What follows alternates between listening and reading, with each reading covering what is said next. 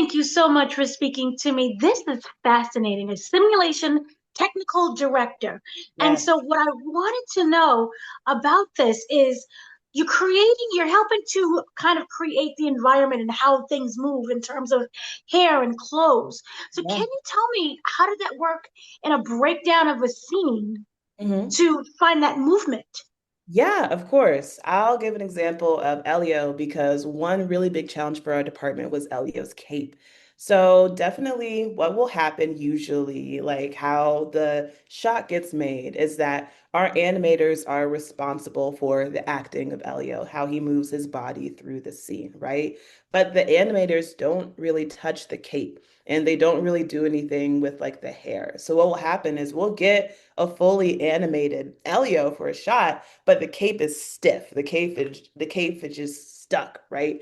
So then what we'll do is we will use things like constraints and material properties and velocity fields and physics in order to simulate, oh, what does this cloth look like when it's moving through space? And when Elio's like turning his body this way, or when he's flying through space on a communiverse disk. And what we will do is we'll try to find a way to where the cape will look believable, but also that supports his acting, that supports the silhouette, and also supports the emotion in a shot in the film. So then also with that, I'm fascinated by it also takes place in space. So the Yes. environments are different. Does that dictate how something moves? Yes, 100%. I would say that the Cape had a different behavior on Earth as it does in space. And the Cape also has a different behavior when there's zero gravity versus where the gravity gets pushed to the right all of a sudden, you know? So each time it's different behavior for the Cape. It's different behavior and acting from Elio, but also it's different velocity fields that we're applying, different gravity, different forces that we're applying. So yes, each one is a different behavior, and they all presented their own unique challenges. But I think it Right. looked pretty cool. Now you talked a lot about the scientific aspects of it. I was wondering when, say, dealing with the aliens, that's more of a fantasy based. Does Yeah. that kind of go out, not necessarily go out the window, but are you more freer to find that movement because it's an alien? Yeah, that's true. The aliens that we have in this film, they're, not creatures that, we know that we can point out and identify. But I will say that for a lot of them, we were inspired by animals that exist in the world already. I think that a lot of people think that Glorden looks a lot like perhaps like a slug or an inchworm. I would say that Cuesta looks a lot like a manta ray. And we are not able to just throw everything out the window. We are able to break some rules. We are able to, maybe blend the behavior of this animal with this animal to create this unique, like, unique expression for our aliens.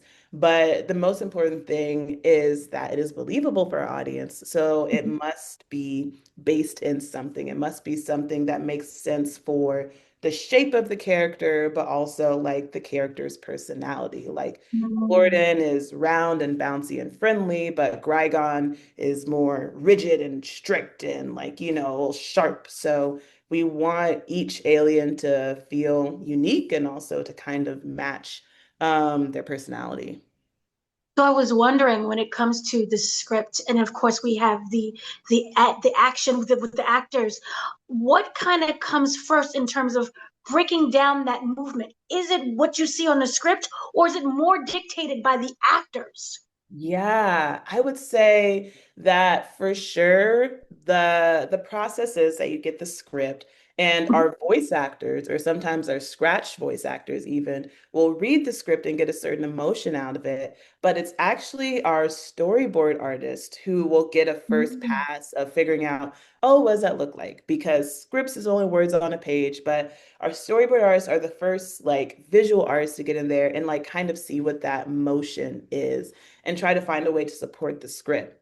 Sometimes there will be cases where our storyboard artists or even our layout artists or animators will find something unique, find something, pull something out of the script that maybe wasn't in there in the first place, but find something like that's really inspiring and looks really cool, and we'll go with that. But the foundation is the script, but at Pixar, we're always open to making new discoveries and making new changes along the way if it looks really compelling, if it supports the story.